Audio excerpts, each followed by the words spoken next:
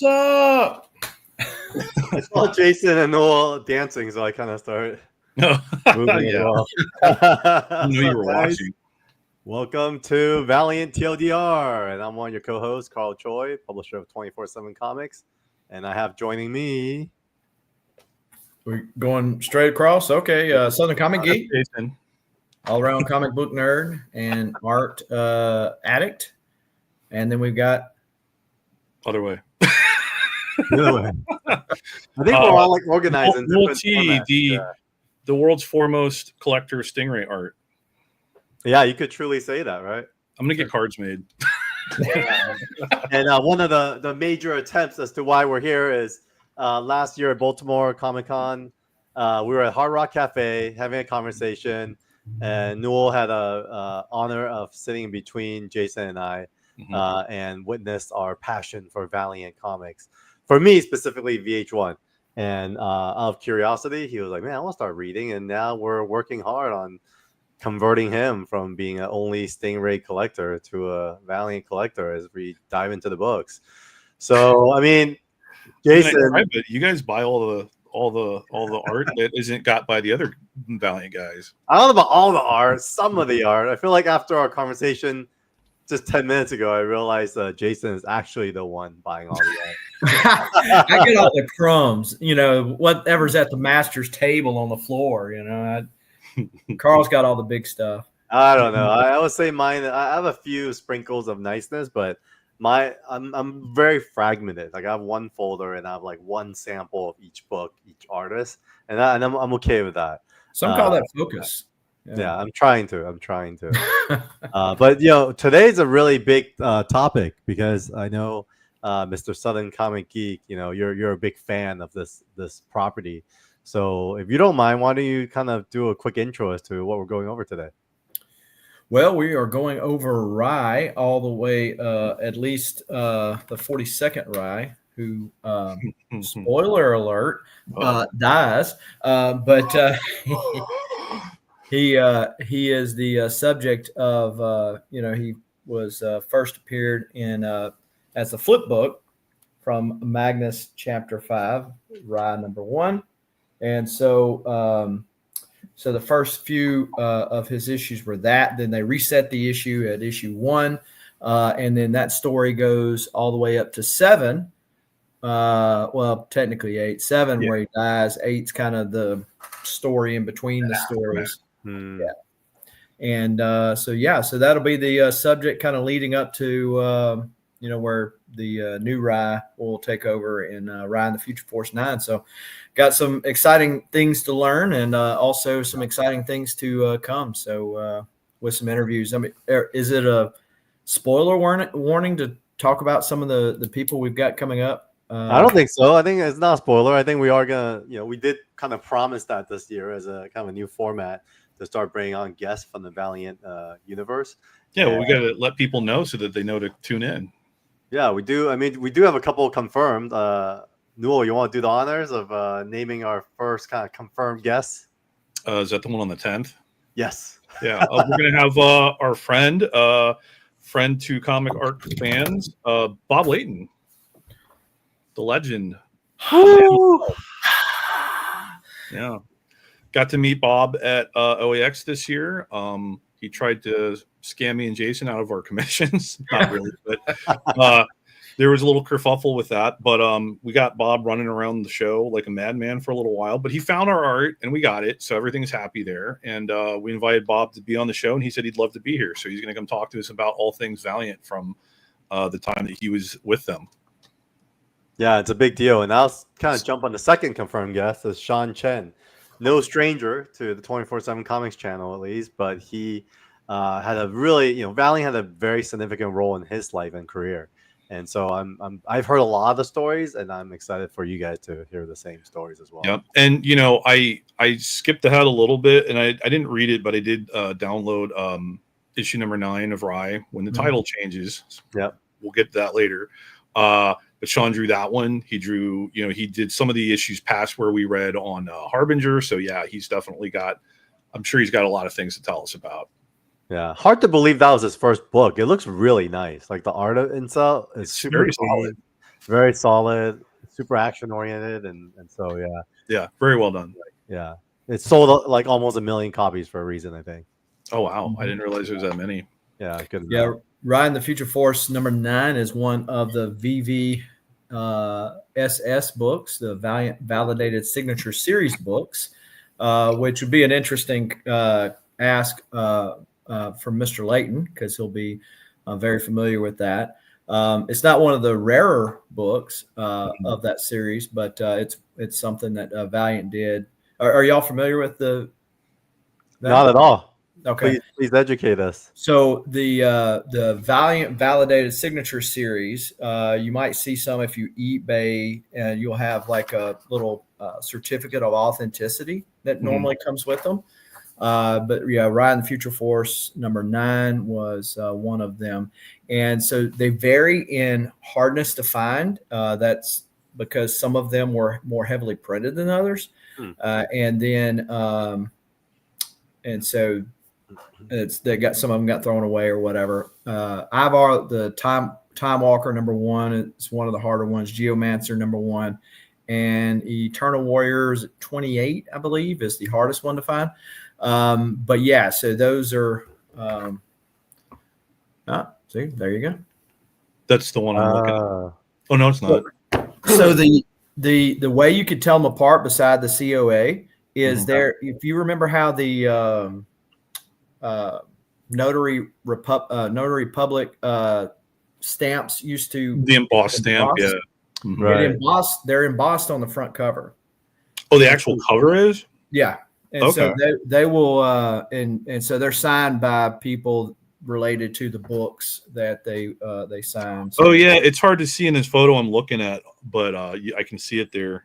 That's cool. Where is the emboss? I don't see it. Let's see. The one I'm looking at, it's on the bottom right corner of the cover. Yeah, usually they're at the bottom right corner. Okay, bottom right corner. Yeah, I don't see it on that one. Yeah, that's weird. And so some of them, like the Exo Manowar database, and then the Bloodshot first appearance of Ninjak, they actually don't have certificates like that. They have different looking certificates. Okay. And so yeah, they're but there's a list of them. You know, people collect them. Again, this is not one of the harder ones to find. How many did it say on that certificate there were? Let's find out. 5,500. Damn! So he signed 5,500.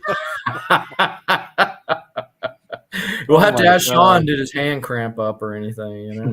Well, surprisingly, you know, I got to witness him and Daniel Wu sign like 350 Everminds. And it didn't phase either of them. Like, they killed it. And they're now artists. They're used to, you know. Yeah. I think now I know why. Now you know why. He's used to doing that hardcore, you know. Yeah, well, I'll let him share this story, but I'll let him share the kind of longer story as to where his training came from. But it's really interesting stuff. So it's Eternal Warrior 27. So, but yeah, and of that one, there's only there were 1,000. So how many of them survived or whatever? And a lot of them fall into black hole collections, because Valiant comic collectors really normally put this whole set together. It's that was the last one I needed to complete my set. So is it right here? This one? Ironically enough, I saw on the Valiant Facebook group that this guy was selling this one. And so he was asking more for it there than he did here. I would assume that he would take a lot less if somebody contacted him on Valiant Fans, if somebody was interested in it, to forego eBay fees and for it to go to a Valiant fan, if you will. I paid significantly less for mine, I will say that.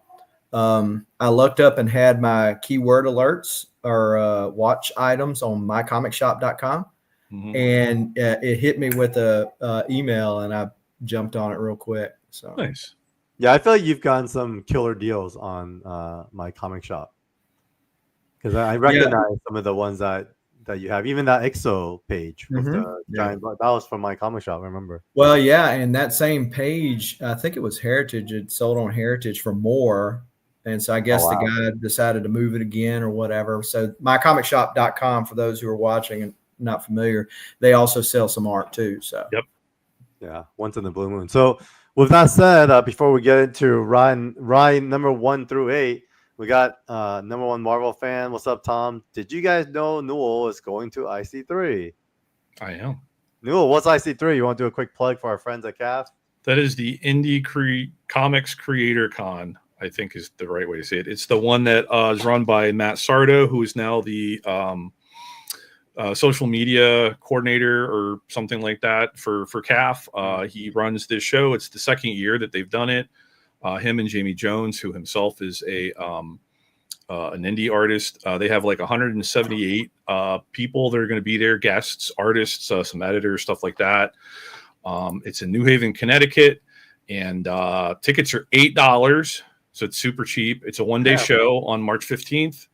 I'm going to be there. I've got 2 pre-show commissions lined up so far. I might get one more before the show. Nice. I know that Kazra is going to be there. Matt Sardo, obviously, because it's his show. I think Tyler T is going to be there, and he's trying to drag Jason D'Ambrosio with him. A couple of other, of the well-known CAFers are going to be there. So I think it's going to be a good time.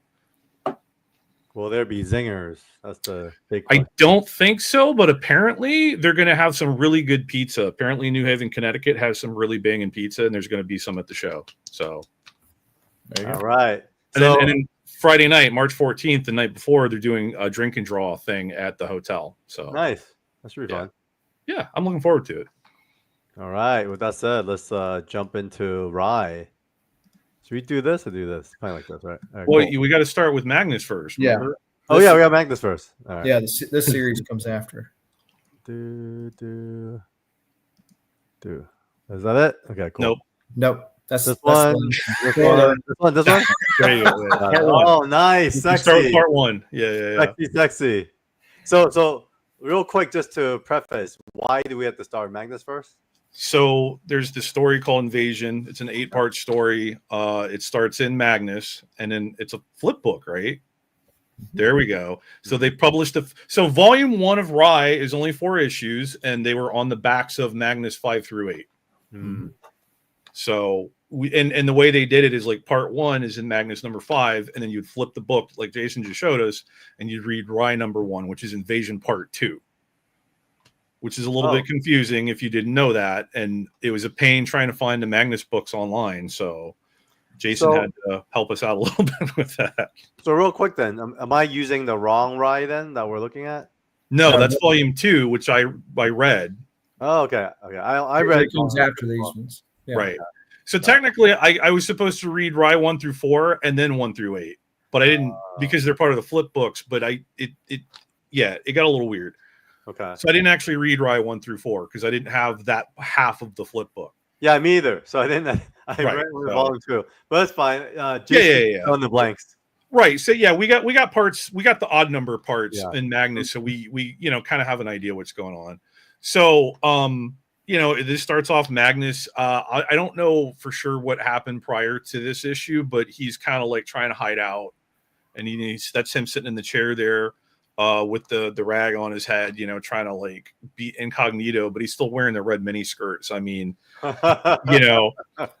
like, I think on the very next page, like people start telling him like, you look kind of like Magnus the Robot Fighter. So. And it's funny. You look at like the design and look, he's actually very progressive. And I thought the opening of this was kind of cool too. Like, I was listening to a Jim Valentino podcast today, and he was talking about how back in the day, like, these kids, they made so much money. Blow and hookers were always around. And so it made me realize, wow, that's where the influences came from. Right on the pages. Yeah. So that tunic looks like Durium, ought to be worth something. Okay. He doesn't call him out for looking like Magnus, but then like, you notice like he starts fighting and he punches the robot. Like, Magnus? Is that Magnus? He's like, only Magnus can like knock through the guy's head like that. Yep. And then we start getting into the political intrigue with the ambassador from Japan. and he's visiting them in North Am, which is North America, which I guess it's all one big thing in the year. Oh, we're in the year 4001 at this point. right.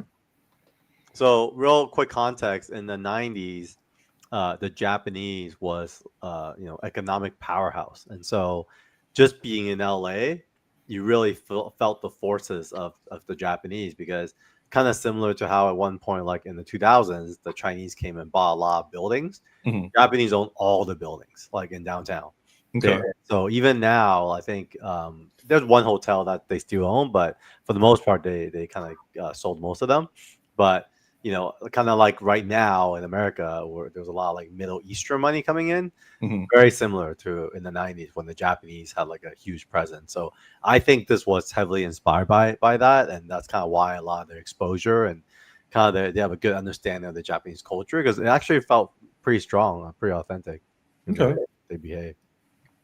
That's good context. And some of the conversations in Magnus prior to this are some of the same ones we're having today, and we'll have as we go into the future with AI. Is like how much control should we be giving to the machines when the machines come autonomous, which they do in the book. And so you have good machine. Magnus finds, kind of spoiler, but he finds that there are good machines and bad machines. It's not like all machines are not created equal, just like all humans are not created equal. That it's kind of where he lands at. But so yeah, he's fighting here. Yeah, it's interesting. So he's in a strip club, basically battling it out with a bunch of bots. Well, did you notice he's even got the M on his belt? Like he's not doing a good job of being incognito. Or like how he beats up the one robot, and then the bartender's like, "Oh, drinks are free for Magnus." So if you notice that, like the Goths, it mentioned Goths on like the first page. These are like the low lifes in the lower area. Oh, is that what it is? Oh, and so he's down like in the seedy side. That like the ritzy people like him, his girlfriend, her dad, who's the president. They're not down there, right? So that's why he's one of the reasons why he's down there. So who is this girl? I mean, she got some hair right there. I mean, look at that hair. I think her name is like Felina or something like that. She's just a stripper dancer. Yeah, she's Felina. just a stripper. The love of a stripper. Mm-hmm. All right. So what happens here? Let's kind of do so there's some political intrigue. Yeah. They're complaining about how awful the 20th century was, and we don't want to go back to that. There's Felina. You see she's got her hair off here. Oh yeah, they both got the hair off. So what happened in Magnus's head? Jason, I totally forgot. Yeah, he got injured, and they had to perform some kind of surgery on him. So he went through just a handful of issues with this do-rag thing going on. I don't know if they were testing out a new look, or like people wrote in and said this is dumb, and they decided to can it. But his hair grew back amazingly fast. Well, they actually talk about that in one of the issues. The one of the robots like using rapid growth hair or whatever. Yeah. So, but we'll get there. But yeah, you can see that the lines on his head, like it looks pretty rough. Mm-hmm. And then he leaves, and he's got to go. And then they're seeing there's a flying car is about to crash out of the sky, and he ends up catching it and saving them. Design wise, I love this car. It's so cool. Like a Cadillac, flying Cadillac. And then he goes back to the strip club, and this guy, Slagger, he comes in and decides to cause some trouble. And apparently there's just a strip club with one stripper. It just seems like the only one working. But man, very provocative, right? I don't know if you see this type of this much skin anymore in like Marvel comics or like DC comics. I think it's pretty well edited these days. Yeah, for sure. Especially at this time, where the Comics Code Authority was still a big deal, right? Did Valiant never do the Comics Code? No, I did. Okay, I was gonna say I never saw the seal on the covers. I didn't even really think about it. They were rebel. They were like rock stars. I mean, one of the founders was a Aerosmith's manager, so Right. They were all about like punk rock, you know. Yeah. Well, it's funny because you mentioned the violence a lot, and there's not a lot in this one, but there's a few panels where I was like, whoa, like it's like, wow. Oh yeah. So this guy's trying to arrest Magnus. Mm-hmm. So he's a cop, or what does he do? I think so. He might be like military or something. Mm-hmm. But then the ambassador from Japan basically shows up and is like, no, I need Magnus to come to Japan with me. And so he makes a deal. Magnus is like, do I get to just go and not get arrested if I go to Japan with you? And he's like, yeah. So he just goes to Japan with the ambassador to get out of jail free card. He's like, sure. And that's basically it for that issue. Okay. And then did we jump to this one? Is the right one? No, this is actually going to go to Rye number 1. What's up? What's up? We don't have it. Okay, we might have to flip through on Jason Cam then. There we go. Okay. Look at those signatures. That's right.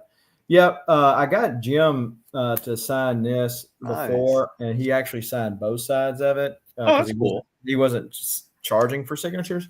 But since Bob only signed one side. Got it. There you go.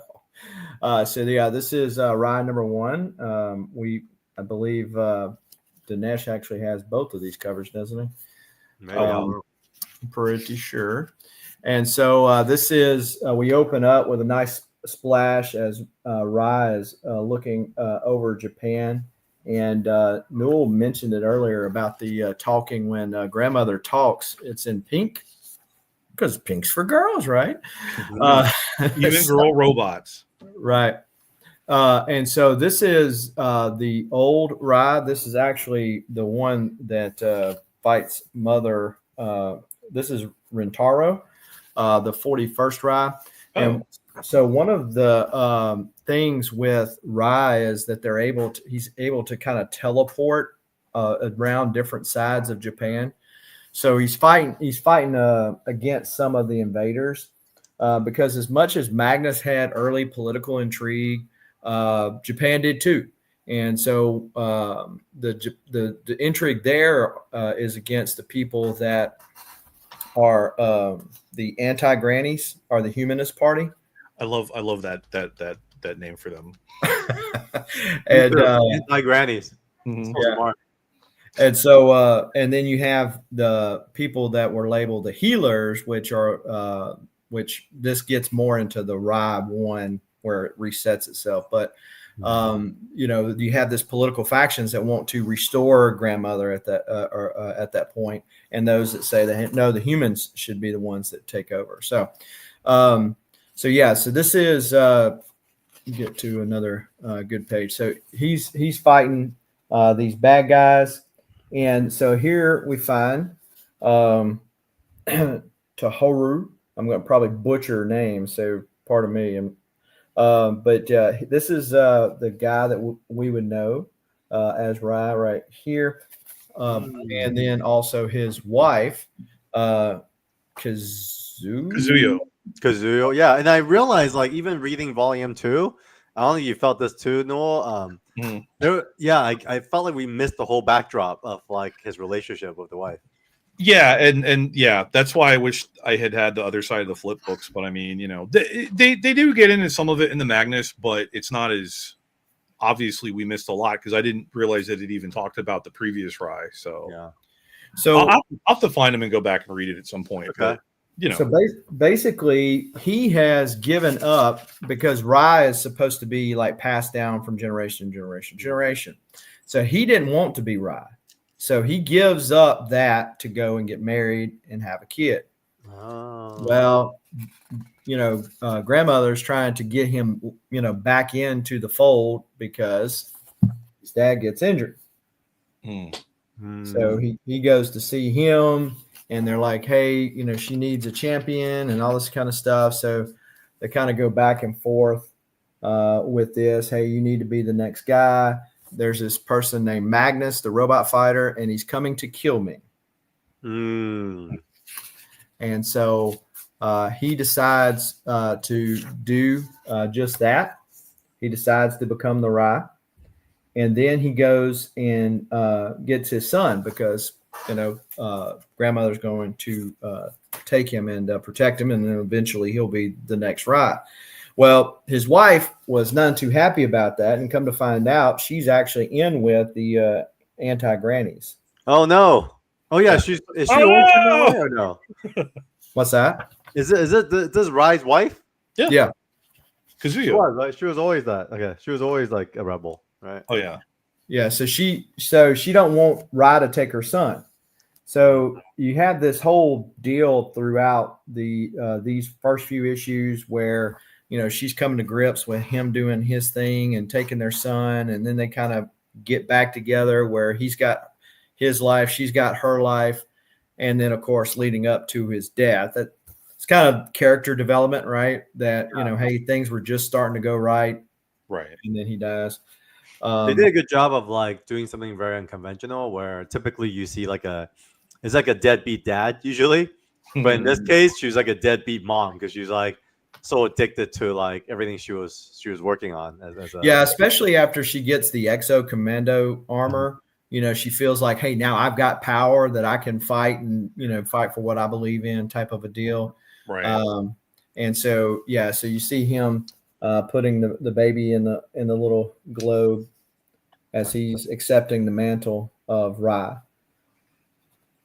So sad, then like hand it to a robot to raise, which was the same way Magnus was raised, right? Basically. Yeah, they kind of have this connection all throughout not only this Rye, but then the next Rye too, and then their kids, which obviously that'll be another day. But so this is Invasion Part 2. Yep. Now we're on Part 3. Now we're going Part 3. What's up, Brian Wells? And Brian confirmed that Dinesh has both of those. Yeah, I was looking for it. I think it's on his main CAF page. Yeah, I see his Magnus one. I don't see the Rye one, but we could look for it later. All right. So what happens here? So he's with the ambassador in Japan, and ninjas happen because Japan. I love the title. Just say no, but it's NOH, like no theater, like. It's great.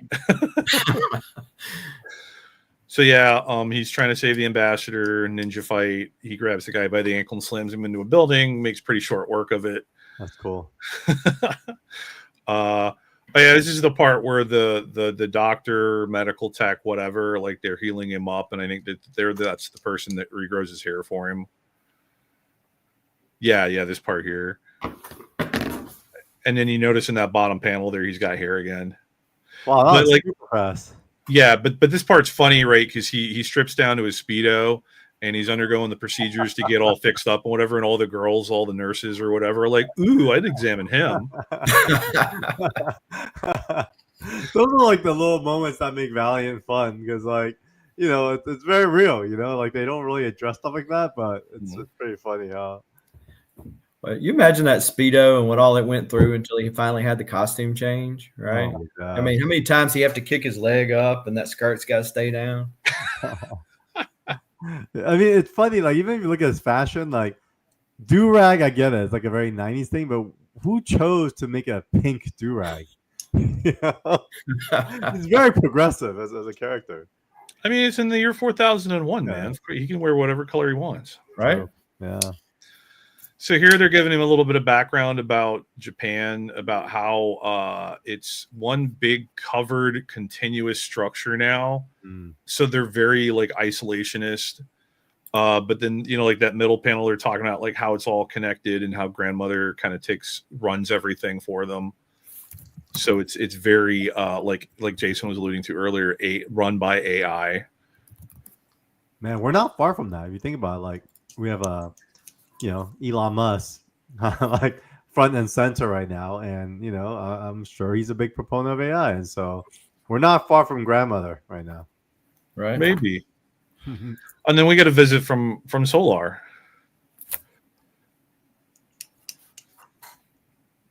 And he's basically just like, I don't know what's going on with him at this point, but he seems like he's kind of in a haze. He's not like up to his normal strength, and he needs help.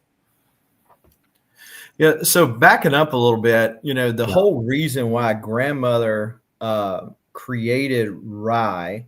So there was we learned this in Rye 0. But which they did after the fact, which was kind of the bridge going into Rye and the Future Force number 9. But the reason why she created him, the heroic bloodshot emblem, and then so she created him kind of as a symbol to fight for her. All right. So she puts down the people that were trying to rise up against Japan and her rule. And she sends the Rye after the blood of heroes. So the blood of heroes is not flowing through this Rye like it does Bloodshot. Really? So, I always thought he was flowing through. It was flowing through him. It does for the next guy. Got it. Okay. So, am I going to need to read Rye 0 before I get into number 9? Well, it just helps to know because the Takeo. I don't know if y'all were like this, but I always pronounced it Magneto until the cartoon came out and it was Magneto. So I'm horrible with pronunciations. But anyway, the point being is like if you open up Ride of the Future Force 9, it's like here's this guy. It's like, whoa, wait a minute, hold up. This guy's got the emblem on his chest. What happened here? So yeah. It's also Ride 0 is also the introduction to Bloodshot. Okay. Right. So, you kind of get a twofer there. So, anyway, so this particular Rye all the way up to that is powered by some kind of mystical powers. It's not actually done by the Blood of Heroes. And so Solar, if you remember the Unity issue where Chris hands over the baby, Solar takes him into the future. So, so he's not unfamiliar with Magnus and all that kind of stuff. So. Right. So what's happening here? Magnus is just kind of fighting his way through more ninjas. Because that's why not? And there's 1A, and he's talking to grandmother, and he's threatening to spank Magnus if he has to. Oh my goodness. All right, so we jump to Rye, right? Rye number 2. We find out that 1A and grandmother were kind of an item, kind of a weird robot way. But robots need love too. Apparently, right? We learned that from Vision, right? Even robots can cry. Yeah, that's what they say. And one thing we were talking about off air is the coupon and the cards that came in these. Unfortunately, because of I guess the stuff on the paper, these always tan out, and so like this side you can actually see the wording from the other side. Oh yeah. But yeah, it'd be neat to be able to pick up some of these cards. That's a Steve Ditko card right there. Oh wow! And so a lot of different artists were contributing to that. Was that ever released as a set, or was it just in the book within? Yeah. I've never noticed any cards like hit the market. I know, so I don't know who has them or if anybody knows. Brian is very knowledgeable in that sense. So he. You mean like the OA for the cards? Yeah. Oh yeah, that'd be cool. Yeah. So the other thing I was going to mention too is some of the advertisements that were in this early issues. Last time we talked about Harbinger, somebody mentioned in the chat about Jim Shooter actually drawing it. So if you find an old book, you'll find like the Harbinger cover. You'll notice in the advertisement it looks a lot different, as I guess they were kind of trying to put the final finishing touches. And JJ mentioned some of this in her talk. And for those who haven't seen that, feel free to go back and check that out. But because there was a lot of great information in that show. That was a really cool conversation. But she was just kind of alluding to, it was kind of the little engine that could, everybody was doing something, multiple somethings. So they're just kind of making it up as they went. So, oh, here it is. All right. Notice. Oh yeah, It's a little different. Yeah.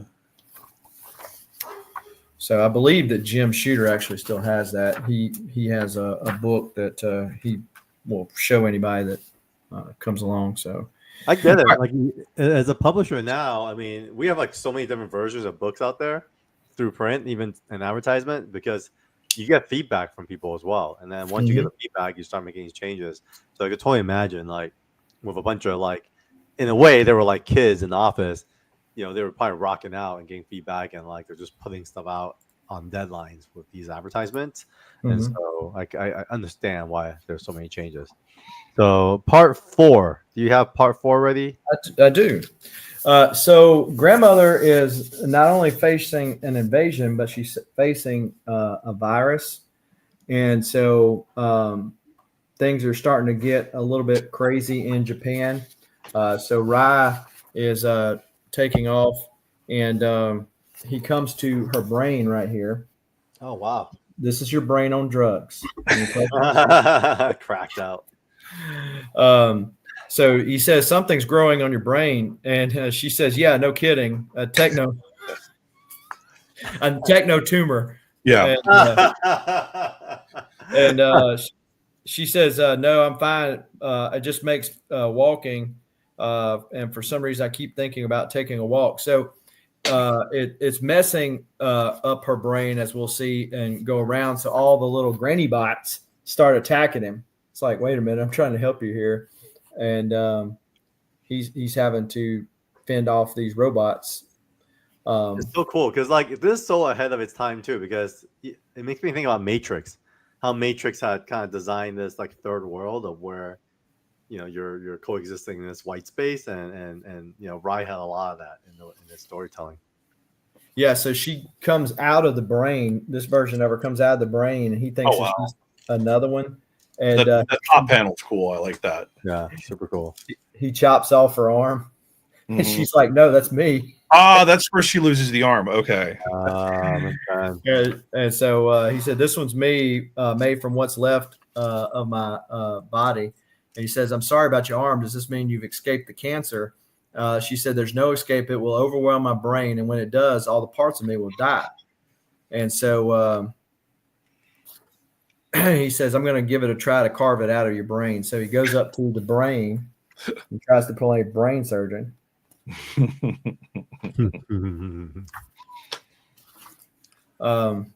And so she says, "The cancer is too far advanced, too deeply rooted. You'll only hurry my death by trying to cut it out." She says, "Strange, I've been alive for a millennium, and just a few moments left seem to be so precious. Don't you understand? You can't save me or the billions who will suffocate trapped in my corpse." Because remember, she's Japan or whatever. So, but you can save yourself and Takeshi, which is his son.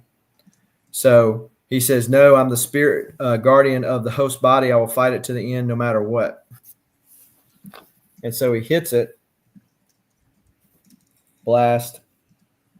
Now he's regretting his life choices. He may have hit her brain a little too hard. Yeah. Ouch. Ouch. Just a little bit. So when that happens, all the power goes out. Throughout all of Japan. Yeah, throughout all of Japan. And then here's a little sign of things to come. Do we recognize these alien ships? Some of these Sure aliens? do. So that's what he and Magnus are going to be fending off, among other things, in the upcoming issues. So that was Rai number 2, Invasion Part 4. So I think you've got Magnus 7. There we go. Yep, Magnus 7. Here we go. So yeah, Japan's falling apart. And he finds Rai in grandmother's brain room, freaking out because he just punched her to death through the brain, Right. which I didn't realize until just now. So that's pretty great. And then they're gonna like fight, and then Magnus tells him how, because he thinks that Magnus did it. Right. And Magnus is like, no. It was one of the government guys. He shot some weapon into the side of it and gave her the techno tumor. And you can see up there the weapon implanted a techno tumor in her grandmother's brain. It spread. Her behavior became erratic. They tried to cut it out. Well, he also mentions that this is like alien technology, kind of alluding to what's to come. Yep. And then there's 1A, and Magnus and 1A are talking, and 1A's like, well, she needs an external power, independent power source. And 1A's like, well, I'm an independent power source. And you see opens his head up and yanks out his own brain or whatever, and he gives it to Magnus to put into mother or grandmother to try to power her back up. And I like that upper right hand panel is really cool. And then that sequence in the middle where he's like, 1A grandmother, and then you see him like he thinks it didn't work, and then you get that last panel with the spark in the eye, and that's really cool. And then grandmother gets up, and you see she's still missing the arm that Rye cut off. And it's 1A and grandmother together in the same body now. Oh, wow. Man, these guys were on so much drugs back then. and then they even say like it's like they're married now, which is a little bit creepy because they're married, but they're in the same body. I actually literally just added that to our Bob Lane interview. Yeah. What was the role of paraphilia involved in the storytelling? Was there a haze? Yeah. So this part, she's explaining how, because she's missing the arm, it's like the power is flowing there, but she can't feel it, and so she can't go into full battle mode to defend against the invading aliens. So they basically need to like amputate the rest of the arm, which is like represents a piece of Japan. So they need Magnus to go down there and like cut it off or shut it down or something like that. So he runs to go do that, and you see he's about to hit it, and then Rye's like, no, because it turns out that the area where she needs to have cut off is where the secret nursery is, where Rye's kid is being raised. And so he's like, if you turn it off the power there, my son Takashi will die, and I'm not going to let that happen. And, Magnus is like, oh, but if you don't, billions of people are going to die. So Rye says, give me 10 minutes. And Magnus is like, sorry, we can't do that. So then, you see Rye gets pissed. I'm going to save my son. He clocks Magnus with a big pipe. And then Magnus is kind of not knocked out, but he's like, 10 minutes, don't try to follow me. And then he goes after his kid, and then Magnus gets up and he doesn't look happy.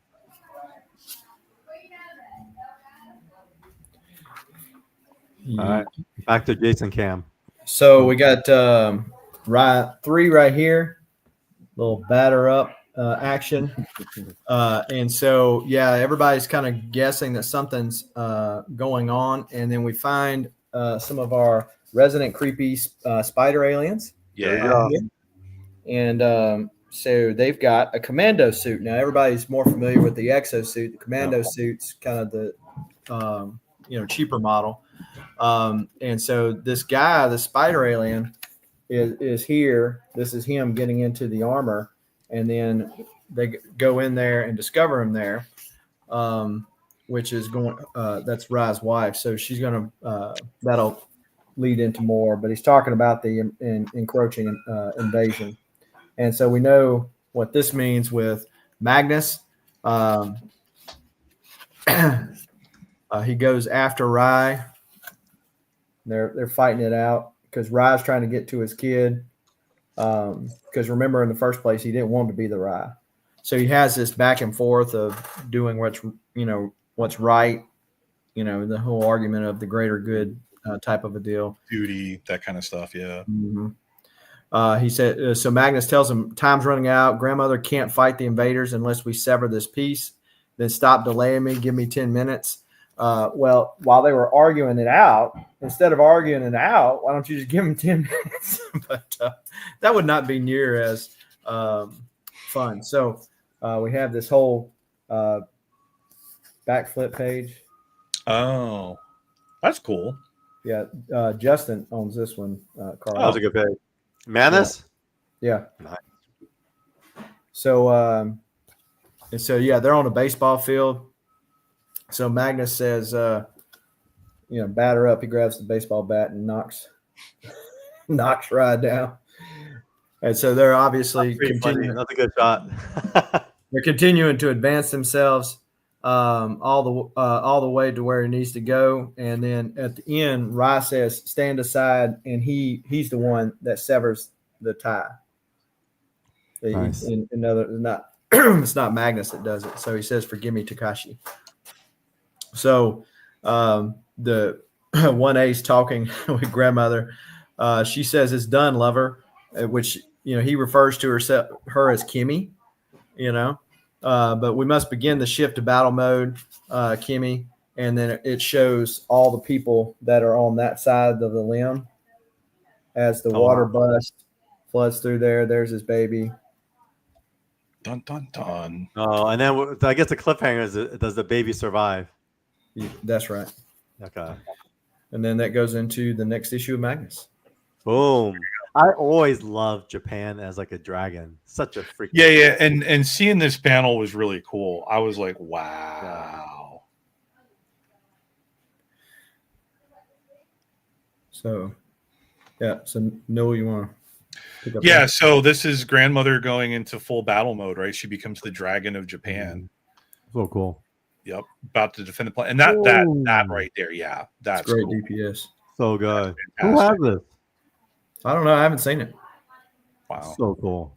That's a cool one. And you can see the missing arm there, which is really cool.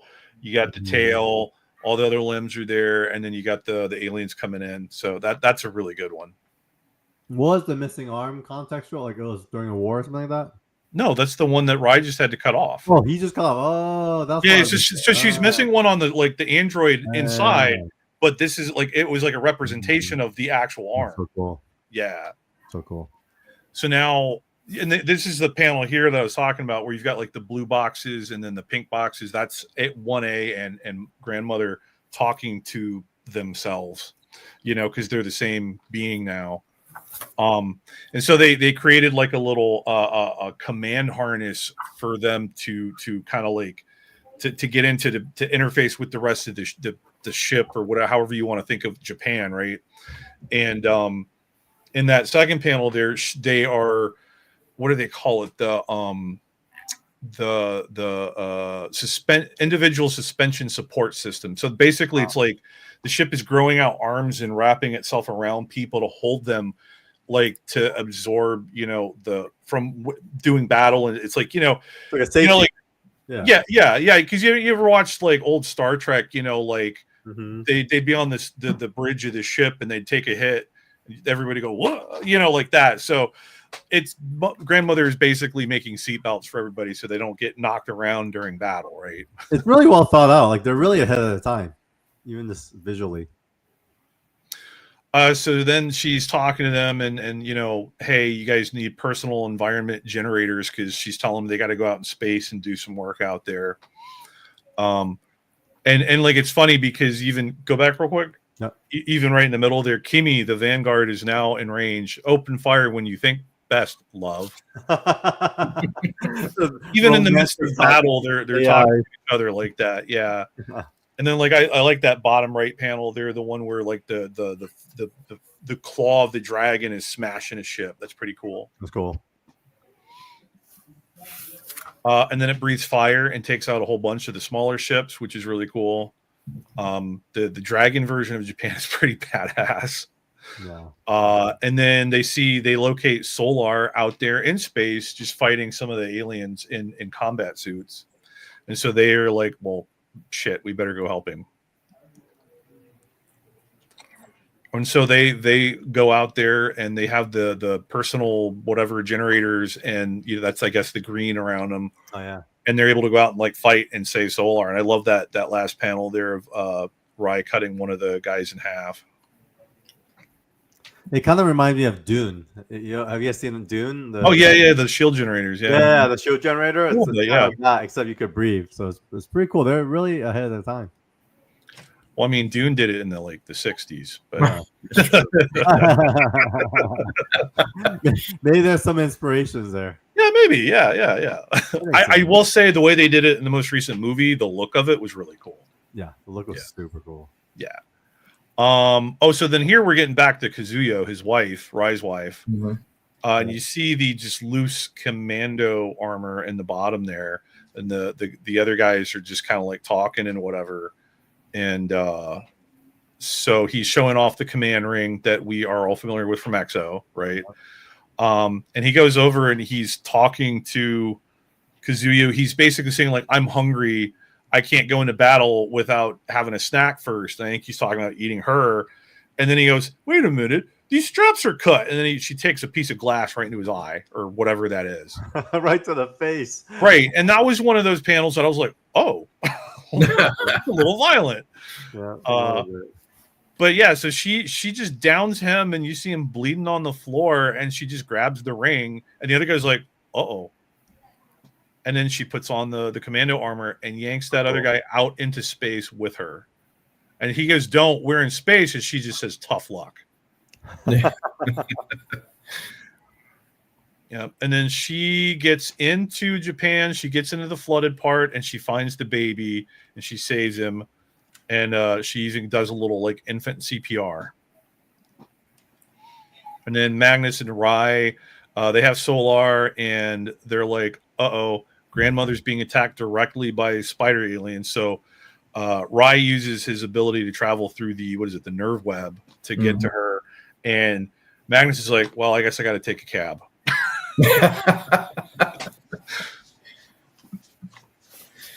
So then it goes back to Rai. Rai number 4?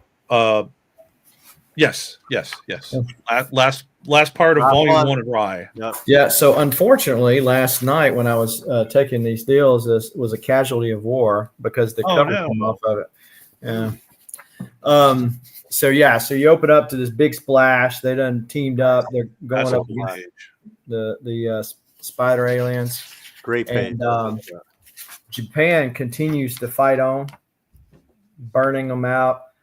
Commando joins the fight against the spider aliens, and she hits Magnus at first, probably thinking, hey, I don't recognize this guy, and he's probably not a good person. And then, of course, remember, they're still locked into this, control deal here. I actually own this page right here. Oh, nice. That's a cool page. So they're locked on. They're continuing to fight each other. Who was the artist on that side, or was the same artist on both sides? David Lapham was the artist. Wow, man. Oh, crazy wow. how, Yeah. Maria Bakari was the inker. Not familiar with her. I feel like I might have seen that name in one of the other books, but I don't remember off the top of my head. So the one of the killing blows right here, though, is as a random shot hits grandmother and 1A. Oh, wow. As we see it levels Japan, pins it on his belly. Dude, so cool. I love that. Japan and war. I own this page too. Oh, nice. Damn, Jason, those are some solid sequentials. What's I up? bought this one from Dave Kopecki. Oh, wow. But so they're fighting up each other. All the spider aliens. Solar decides to get back up, and he's going to start joining the fight. See what he can do to win this thing. And then so they're fighting each other off, continuing just this, green blood's flying everywhere with Rai's sword Nice. right here. And Solar is kind of tapping into, and he's trying to give power to Japan is what he's trying to do. He's trying to power it back up so they're going to defend themselves. And just in time for a sick DPS. Oh, That's a good one. that's amazing. So, Solar powers them up just in time to do that. And then she says, Solar, can you hear me? And she said, it's over. We won. And then he says, all right, peace out. Nice. And David Lapham was a young artist at the time, right? Right. Yeah. Man, it's crazy. And so they said, hey, it's over. And then she's trying to, Japan's still basically just floating out there. And they're talking to each other. And she says the host body is far too damaged to attempt re-entry back to regular Earth. So they end up going into this ball of defense right here. And so Magnus and Rai part from each other. And so that opens up room for more political intrigue. On the Rai side, Magnus goes back and then ends up getting roped in, of course, to Unity. That was really good. Actually, for me, because I reread Volume 2, this actually reminded me a lot of like the basis as to like the story between Rai and Magnus and the relationship there. The other kind of, I guess, 2 bullet points. Actually, 1 bullet point and a question. So bullet point wise, number 1 is very impressive how the Valiant guys took Magnus, which was a very known IP, and they looped an original character into his world by creating this flip book. And I felt like this was a really smart way to, give credibility and grounding to their new character, but at the same time, kind of combine the universe and seamlessly integrate kind of Magnus into what they're about to do in building this universe. So I thought that was like genius.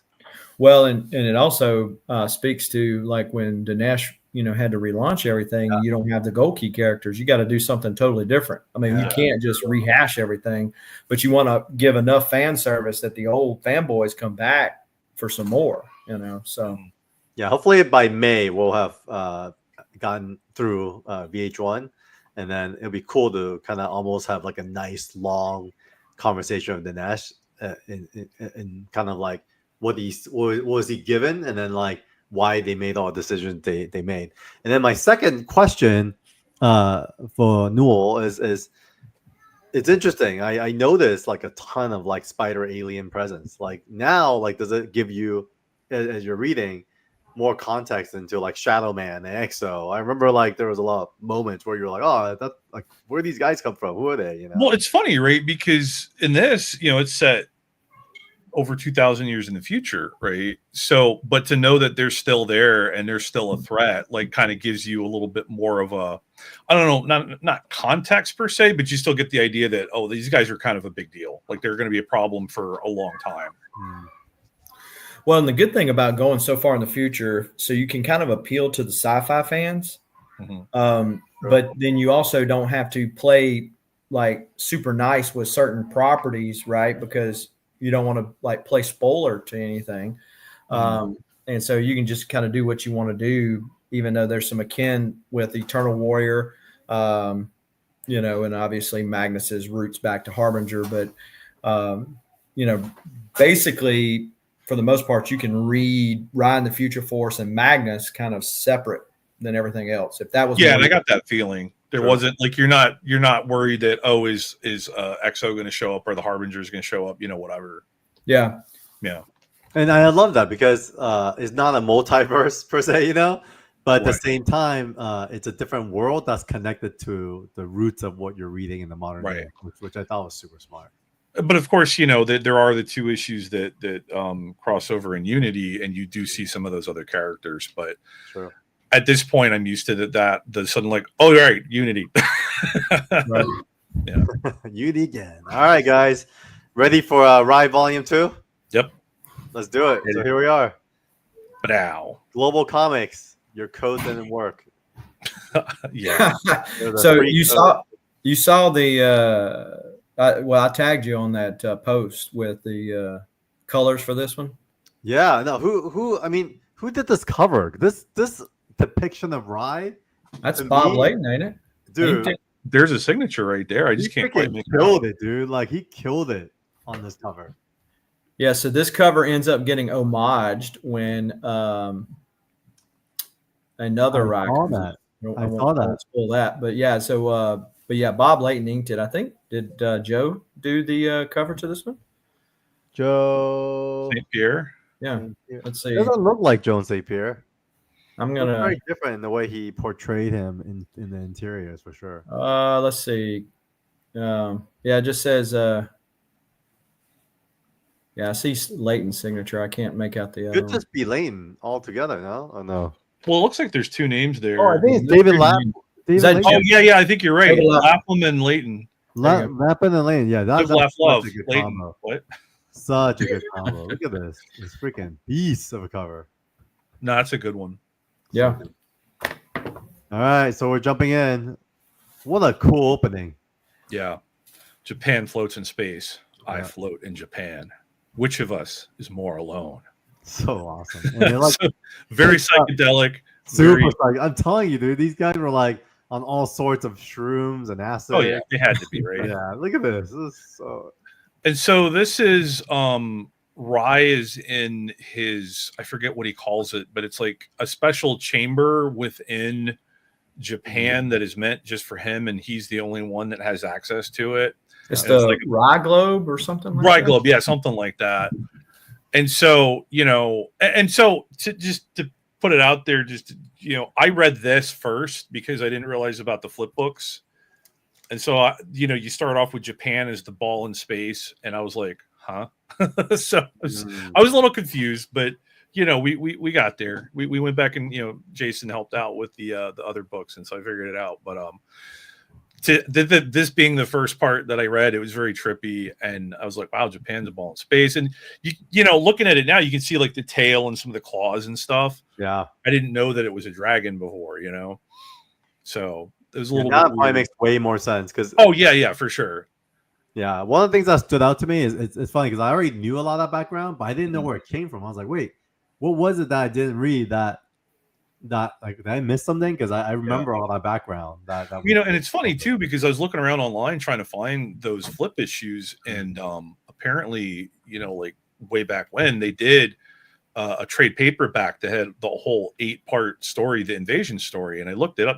I could get one, but it'd be like $30 or something for a 30-year-old trade. I don't know if I want to, I don't know. We'll see, but I think it's interesting that they did collect that eventually. So that was cool. Yeah. I think they can't reprint it anymore because they're totally out of print based on just not having the license anymore. Oh, Yeah, that's true. That's too bad. All right, so we basically are introduced to Rai, kind of where we picked off at the end of Volume 1. Yep. And we see how he's in his chamber, and then he basically enters into the real world in a mix of like a war almost. Yeah, and you can see in the background there's the command whatever that 1A and grandmother were using, and they're still trying to clean up all the damage from the battle. So people are freaking out and they need help cleaning up and get rid of all the trying to deal with the damage, and I guess they're like police guys are there trying to keep the peace and all that amidst all the chaos.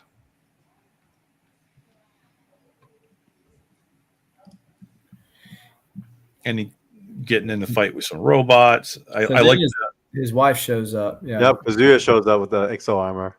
Yep. I like the panel on the first page here with the ninja stars. Yeah, it's pretty cool. Yeah. Like knocking people's guns out of their hands. This is the first time that I think they really talk about the healers. They're using the sabotage strike. They're trying to get. They want grandmother back. They like Japan being ruled by an AI, and that they don't want people to be running the show. So they're trying to save her. And then this is where you start getting into Kazuyo and Rai kind of arguing a little bit. Because there's the tension between, who's taking care of the kid and the fact that he's supposed to be Rai, he's supposed to be the savior of Japan. And, he tells her, you embrace your new role with enthusiasm, Kazuyo. And she's like, at least my role is clear. What made you choose our side? What's cool is from Rai 1 through 4 till now, even the way they introduced them, they're kind of distant. They're very distant now, right? Like they got their own lives going on. Yep.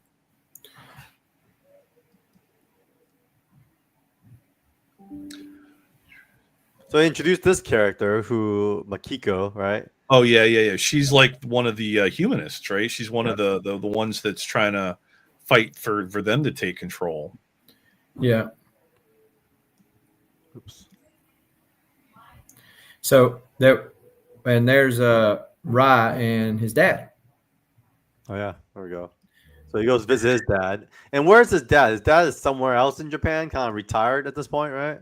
Yeah, he's basically retired. Yeah, he just wants to fish. And they've aged him up a lot since Volume 1. Well, I don't remember if he was once he, got injured and he became the new Rye. Did we see him anymore after that? I don't think so. And so then, okay, yeah, he's still alive after the battle and everything settled down. Here he is, wanting to just be a fishing guy. He provides some comic relief throughout the issues. Yeah. And then you get introduced on the next page to the president and Counselor Seko, and these are, important characters with all the political stuff that's going on. And can I highlight the top right panel? The world design was so cool because they kind of took a old and new, kind of the ancient, kind of traditional rose, which for the most part still worn today.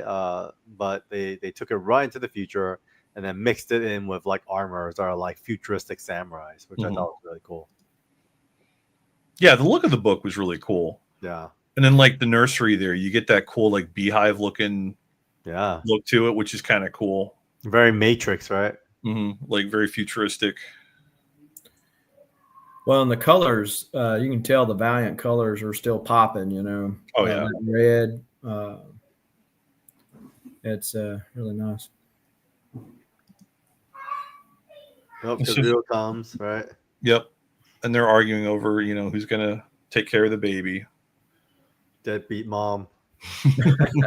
Well, she does kind of, once she's got the commando armor, I guess she feels like, hey, I've got my own thing now. I'm a working woman. Strong, independent woman, and she don't need no man. That's right. So what's happening on the right side here? Are they getting attacked? Yeah, that's the recycling center. And then they see the walls are blown out there. These are the they're lava. Is it kind of yeah, I forget what they're blowing up the wall. Oh yeah, they're breaking in to go after. Yeah. Yep. So they break in. The rebels come in, and they're basically going after grandmother. Oh yeah, they think that they're building a weapon there, and it turns out that it's well, they kind of are, right? But it turns out that it's grandmother, and they're trying to rebuild her. She breaks out and she's like, "Yeah, I'm here." Right. And so you get this whole thing with the pink text again, and she's talking to Rai, and she's like, "Oh, you were my protector. You were the one. Don't run from me, Rai. Let's be friends." And then Kazuyo steps in, and she's like, "Oh, if you don't stop grandmother's going to kill you." And so he's freaking out because he's conflicted because his whole thing is Rai is supposed to be the protector, right? Yeah. And yet, if he doesn't protect himself, grandmother's going to kill him. Right. So this whole showdown happens. Yeah, so this is cool, and this part reminded me a little bit of Terminator 2, right? Oh, yeah. He hits the floor with the katana, it breaks under her, she falls into lava, and that last panel in particular, the hand coming up out of the lava, cool. Very, very Terminator-y. And then they pull part of grandmother's molten body out of the lava, and they're going to go check it out to and I guess they consider the threat to be done. This is literally a big chunk of grandma. And then I don't remember exactly where it is, but you see Kamiko there, and she talks about victory is ours, but the puppets don't even know it. And they talk about how all of that was kind of a ruse because she only needed the one part of the brainstem, and that's what she's got in her hands there. And then they don't really get into it yet, but she kind of makes it obvious that they're using that for another purpose. And then it looks like Rai gets poo on the head there. Right in the head. Yeah. So he's going for a walk to try to calm down, and he's thinking about his position and the conflict that he just had between saving himself or fighting mother and all that. And he gets somebody fling some trash at him. They don't like him because they think that he kind of didn't help out the way that he should have. He should have protected them, and he didn't do a very good job of it. And there's many times where, I think we'll see this later too, where Rai gets in these like fighting poses, and then basically changes his mind because he realized like these are just everyday people. He's supposed to be something, and then in turn they throw poop in their face. Right. And then there's his dad reading the newspaper. Yeah, and then he says, "Perhaps you need a good spanking after all." And then Rai kind of contemplating again and looking at the Earth, and then you see him. It backs out there. That's the Rai chamber or the Rai orb or globe or whatever. So what was that like, Noel, without context of issue 1 through 4? Like, I mean, it was a little bit weird. I think I texted you guys. I was like, Jason, is there something I should have read first because I feel like I'm missing something? He's like, yeah. But I mean, you know, once you get into it, like you can kind of pick up like on the political intrigue because a lot of that was introduced there.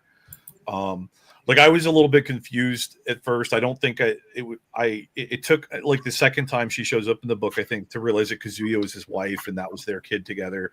But I was like, wait, is this exo armor? Where did she get that from? You know, so true. Yeah. So I had some questions, but we figured it out. Yeah, for the most part, I felt like they still did a pretty good job of like Jim Shooter always saying that every Valiant comic could be someone's first Valiant comic. I didn't feel totally lost. I felt like the story still kind of. Yeah, it's just that maybe you could tell maybe that there was some backstory that you didn't, if you hadn't read those other issues yet, you didn't have, right? Yep. Yeah. All righty. So issue number 2. Here we go. Right, number 2. Immediately get into fighting ninjas, cutting people in half. Dang, just cutting the heads off. Look at that. Yep. No comic code here. Yeah, 0 comic code. Just like slightly. Imagine a sword that can cut through like a concrete wall, going through So, like heads. Yeah, so it's interesting because the sword is like made up of the spirit energy or something that he produces from his body, and he can make it into other weapons. It doesn't have to be a sword. So like the shuriken, I think that we saw in that previous issue, like those were spirit energy. And that's why they exploded the way they did. He uses the power in multiple different ways, and you kind of get an idea going up into Unity why Mother God is looking at his power differently than what she's looking at some of the other foes. Well, she like freaks out during Unity, like I can't control his power. I don't know, like I don't like this. And so then when he stabs her with the sword, he's stabbing her with that energy, right? And then of course that sword ends up getting used, but we'll get there later. So I thought this is here. This is cool. This is like these are druggies. Yeah, so you think about like during this time, it's like still say no to drugs. I mean, this is after the Reagan era, but still big say no to drugs. So it's very. Well, remember we had that one story called "Just Say No." Oh yeah. And so these are like these little discs that they put on. Yeah, these are. So he's fighting against that. They put the disc on, but then they like float in this area just to. Yeah, so basically it's like they're on it's kind of like the modern version of the what do you call the opium dens, where you would get high and just lay down and just let your mind go. And so they're in these like I guess like anti-gravity tubes or whatever doing the same thing. They're just letting the drugs do their thing. Yeah, they have sensory chambers for stuff like that these days. Something like that, yeah. On water and stuff. Now this page on the right is another one that I think is really cool. You get the ninja at the top with the red coming down and that long panel. And then, blood just very Kill Bill. Yeah. I was gonna say like very like Lady Snowblood, like Hong Kong action flick. Right. The cartoonish spray of blood. I love it. I wonder how much like manga these guys read at the time. I don't know. That'd be a good question. But because that page in particular definitely felt like maybe they'd seen at least a couple of those movies. I'm gonna throw that in there for Bob Lane.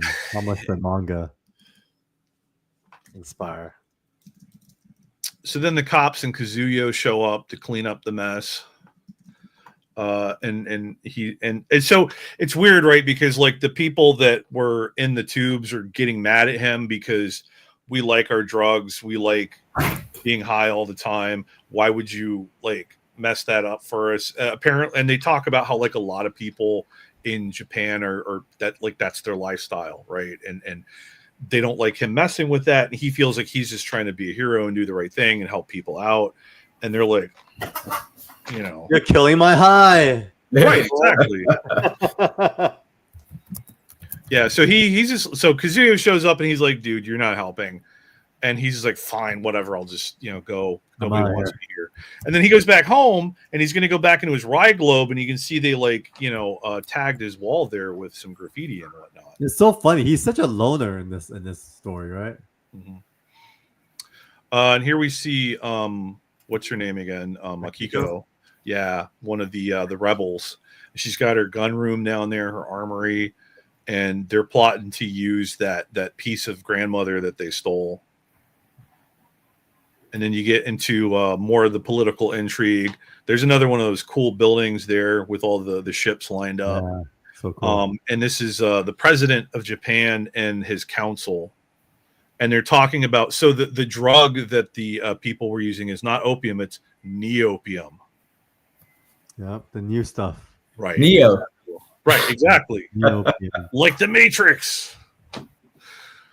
But they're talking about the neopium pandemic or whatever. And then, that's when you first kind of see the dynamic between the president who wants to do things his way and then the council who are telling him he can't always do that. So. But then what the heck's going on? And we turn the page and all of a sudden people are getting like stabbed by all these spikes. Yeah, well, there's that guy there at the bottom, Ice Spike. He's the guy from the cover. I forget, why is he attacking them? Oh, so they're rebels that work with Makiko, and he's trying to stop them. So he's the anti-rebel. Yeah, on that side.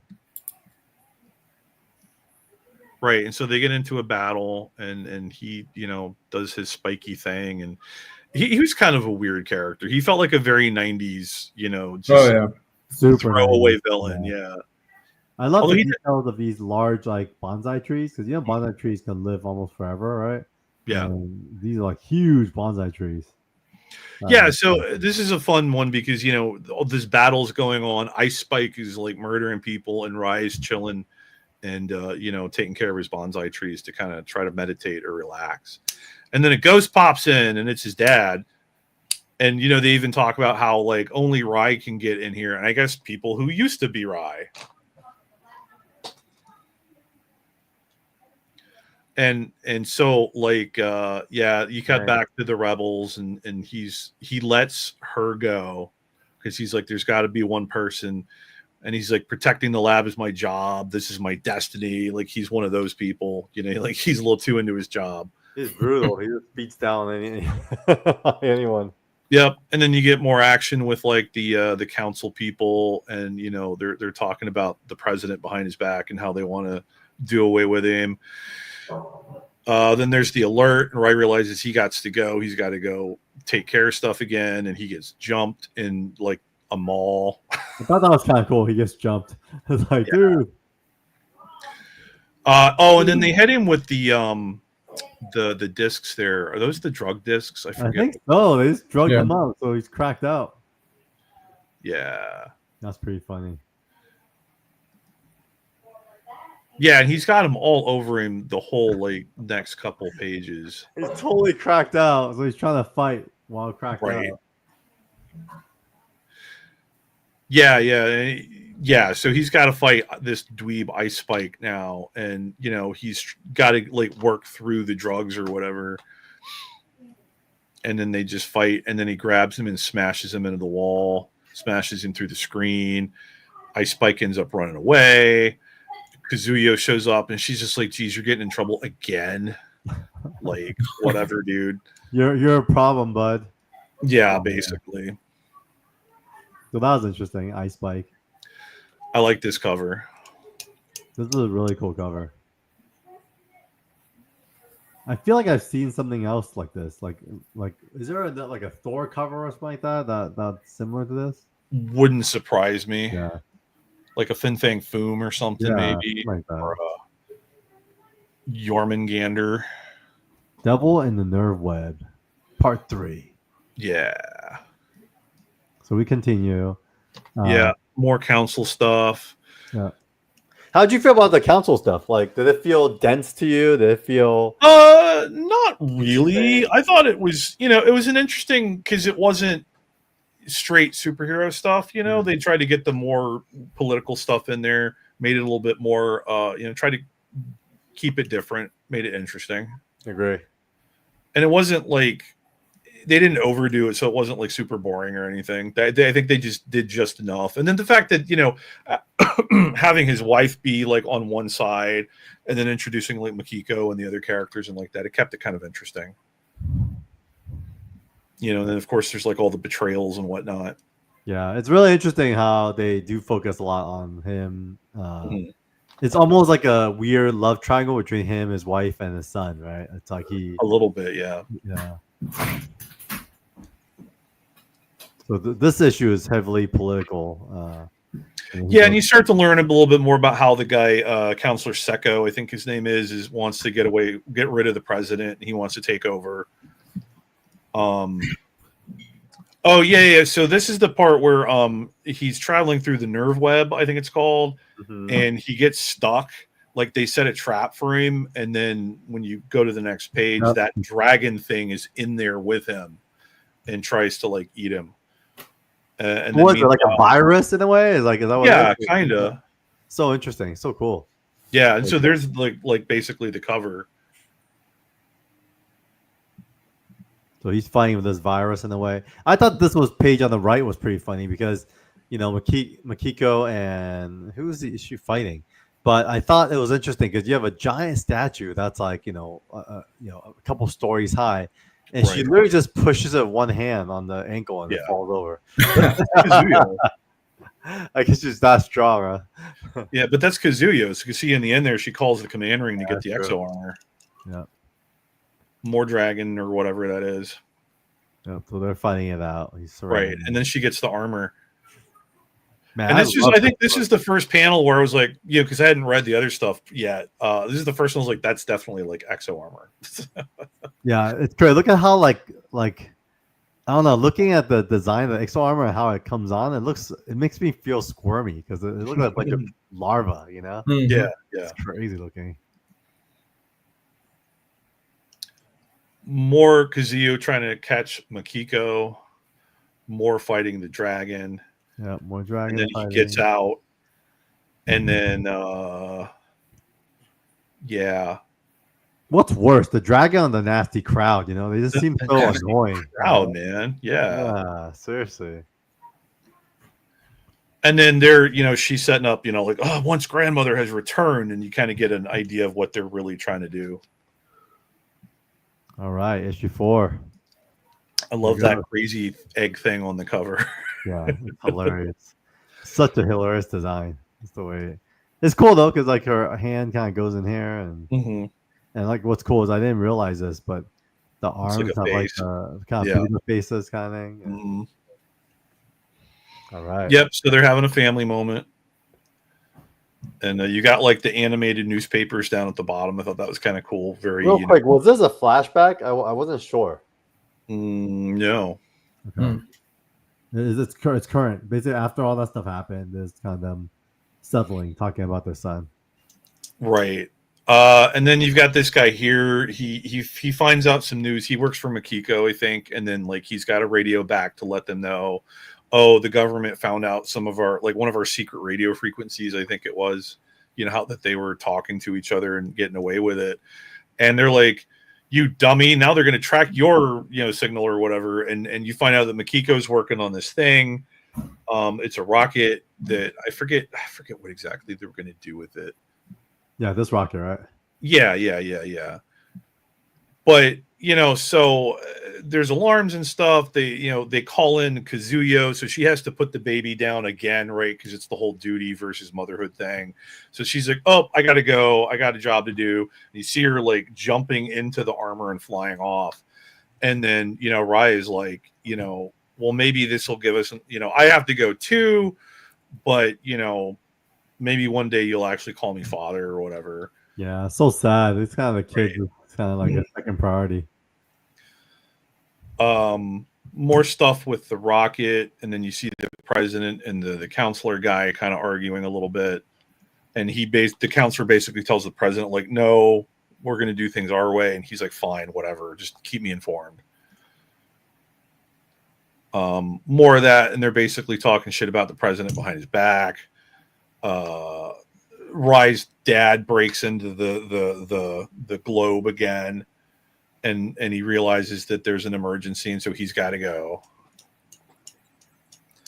So he takes them outside. I thought that was kind of cool. Like, Yeah. For with an agenda though. Right. And so now they start having a conversation about, I respect tradition, I honor it. I don't know if I can live it. And they get into that kind of stuff, the whole like duty versus, living your life.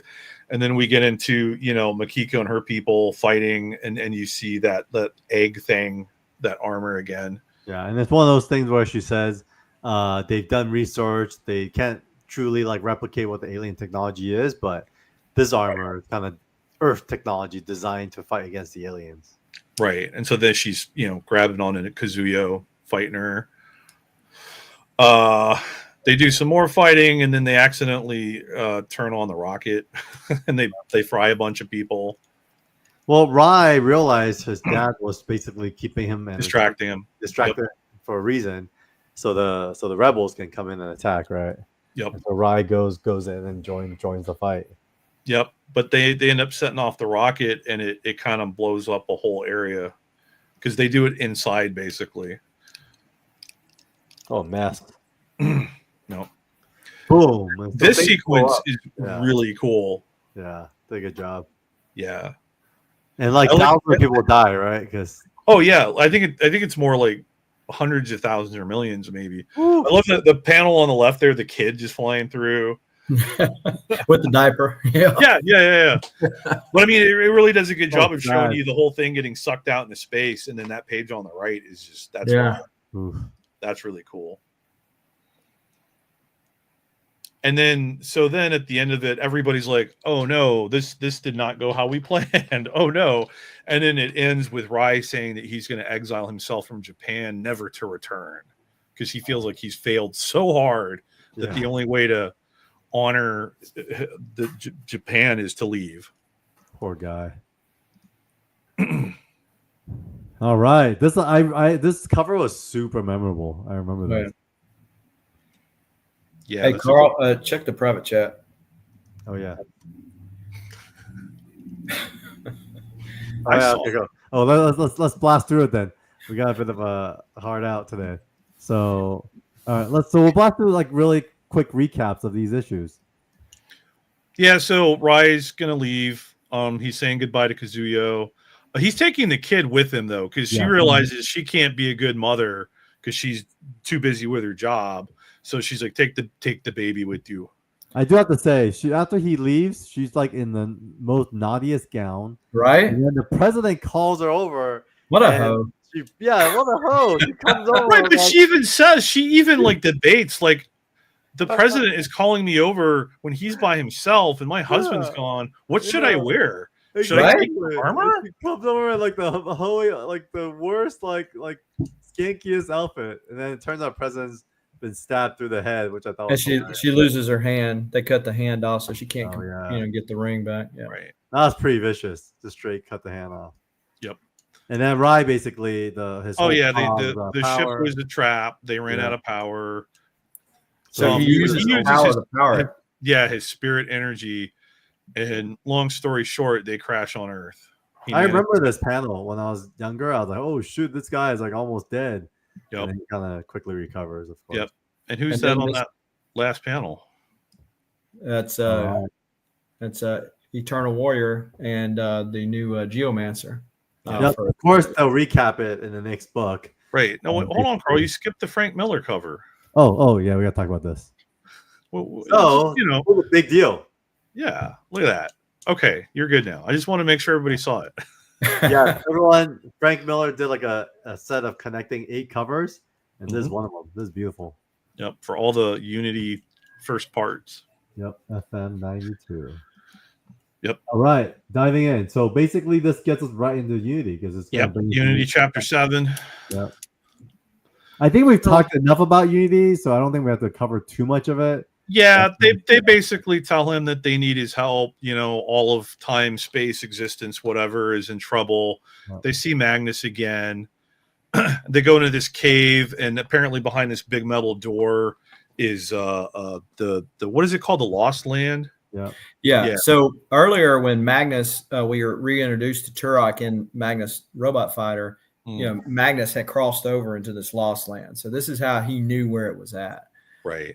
So Rai, cuts through the thing. Eternal Warrior and Magnus both try to just punch it, and it doesn't work. So Rai says, "I got this. I'll slice this thing." Mm-hmm. This is cool, obviously. Yeah, so they get into the Lost Land. They fight the Bionosaurs. They get threatened by Mother God. You know, all of that good stuff. So this is where she says, "Hey, you could go back home and leave." Yep, big moment. Yeah. And then if you go back to the previous page, there. This one? Yeah. No, the next. Go back again. Oh, go for it. So there at the bottom, she's looking at Magnus and Eternal Warrior, and she says, "Hey, these guys are a problem, but I can take care of them. This is the guy I don't know what's powering him. I got to get rid of him." So if you go back, she tells him, gives this ultimatum: "Hey, leave, or I'm going to destroy Japan." Yep. Right. And so like, yeah, she's showing them the hologram there of what's happening with Japan, like right now. Right. So so he's again confronted, and Magnus is the one to do it to him again. That this is what you need to do for like the billions, you know. Poor guy, man. Look at that. He's given like the world in your hand, you know? Yeah. So I really got this on the JJ one, but this is this page right here. Nice. So, let me get to showing it. Nice. So awesome. that's the actual colors, right? Yep. That's cool. And so he literally got the whole world in his hands. You got the whole world. And he destroyed when he does, we see the fall of Japan. Yep. Ouch. So we see this sequence here. Oh my God. This is I texted you guys. I was like, wow. Wow. So sad. Because what's cool is not only this part, but the Rai's face, right? Mm-hmm. It's so sad. Like even as I look at it, I remember my heart dropped. The page on the right there, the one with the red and yellow, like the fiery panel in the middle. Oh, yeah, that one was really cool. But then the one where it falls and hits the ground, like so good. And then you see his. Oh, go ahead. Well, I was just gonna say that he's having to watch it all. Like, I'm gonna torture you by making you watch this.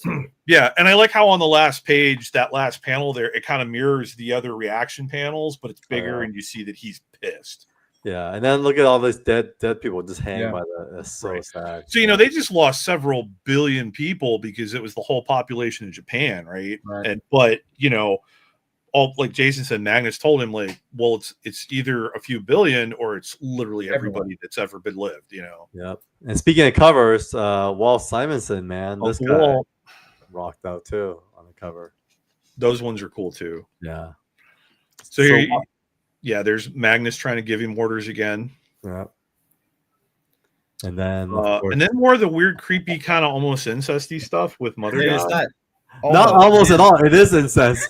Yeah, but so he actually, the son actually explains it at one point. It's like she's my mom, but from another dimension, so we're not related by blood. Mom. Yeah, I know, man. Yeah, dude, talk about being progressive and being ahead of the time. Like the whole like MILF culture, right? Like this is it right here. These guys are way that's what ahead this of is, Carl. MILF came from Valiant Comics. All right, we know what Carl's searches are. Search terms. Yeah. So here, this is kind of where you see the darker side of this kid. Yes. I did not. I don't think I realized that he was this like psychotic and teasing the chick in the bed there while she's recovering, pulls her out her life support. And then he goes, "Yo, hey, robot! I think this one's dead." Like, what the fuck? Yeah, pretty demented. So I wonder who came up with these ideas and who wrote this because it's pretty. Probably. More fighting, more robots. And so Rai's pretty wore out from the whole fight, and then him and Magnus have this little talk, and he says, "All right, my sword's yours until she goes down." Yep, he looks like I'm gonna kill her, and then kill myself, which is crazy. Yep. So she sees that they're coming. She's still freaking out about Rye because she doesn't know why his power is different. Yeah. You saw all of the Harbingers there, and Archer and Armstrong, and Chris had just had the baby, so that kind of like echoes back to what we saw a little bit in Harbinger. This scene on the bottom right there, that was in an issue of Harbinger also. Mhm. I think they're very similar to it, if not the exact panel. Yep. Where they all go off to save Solar, and Rye's like, I got this. Yeah, very kamikaze right here, just running head Yep. first with all these robots. Yeah, so he tells Magnus, "Hey, you remember I kept my promise." Right. And, And then he throws down with Mother God. Yeah, head to head, and you have the panel, right, or the page itself.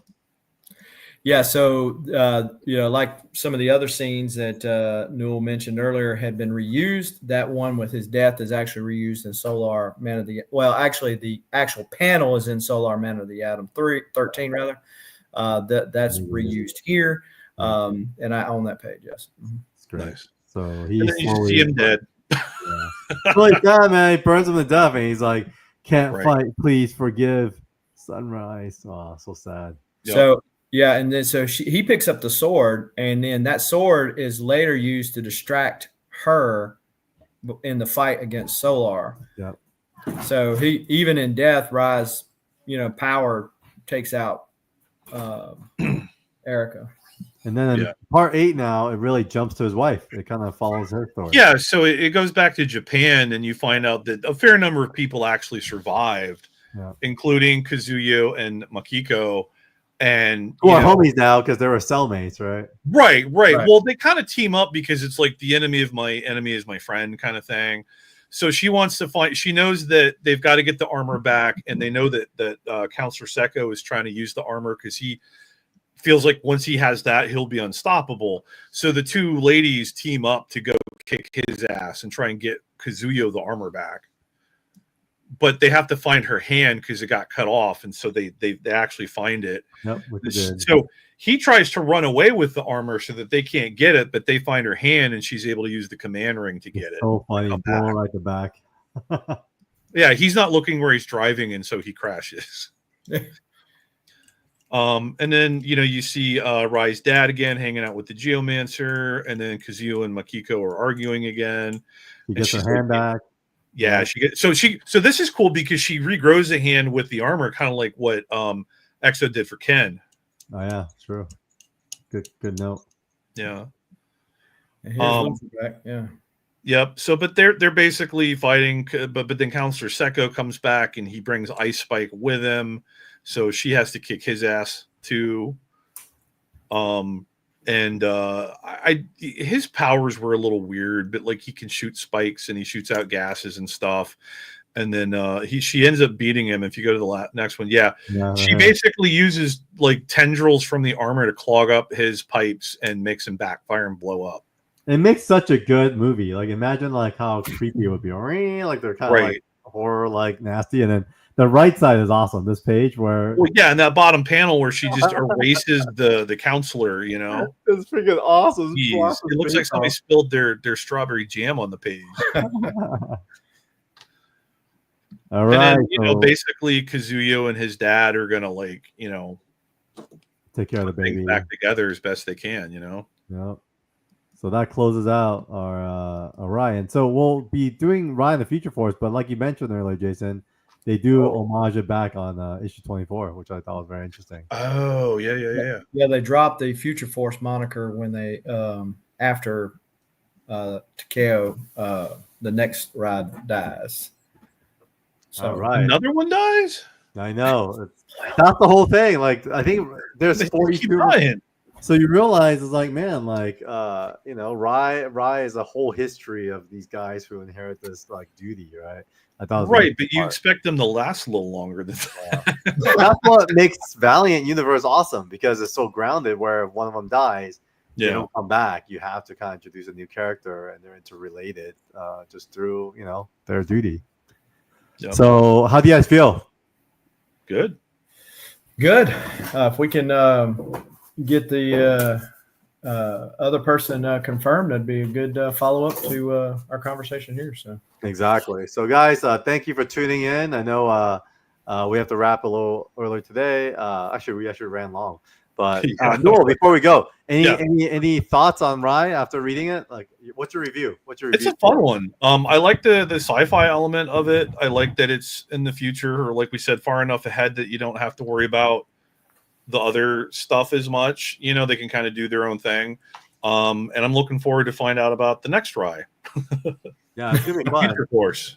And Jason, did this kind of rejuvenate your love for Rye, or is Rye in the Future Force where you really start kind of diving into? Well, yeah. So the first Rye book I read was Rye 7, where he dies. Okay. Right. So wow. you know, you were talking about like not knowing the backstory. Yeah, I didn't know none of the backstory. Yeah. Wow. As a kid, I guess as a teenager at that point. But yeah. So really, Rye in the Future Force was like, okay, this guy picks up and this whole new team and all that. So yeah, right.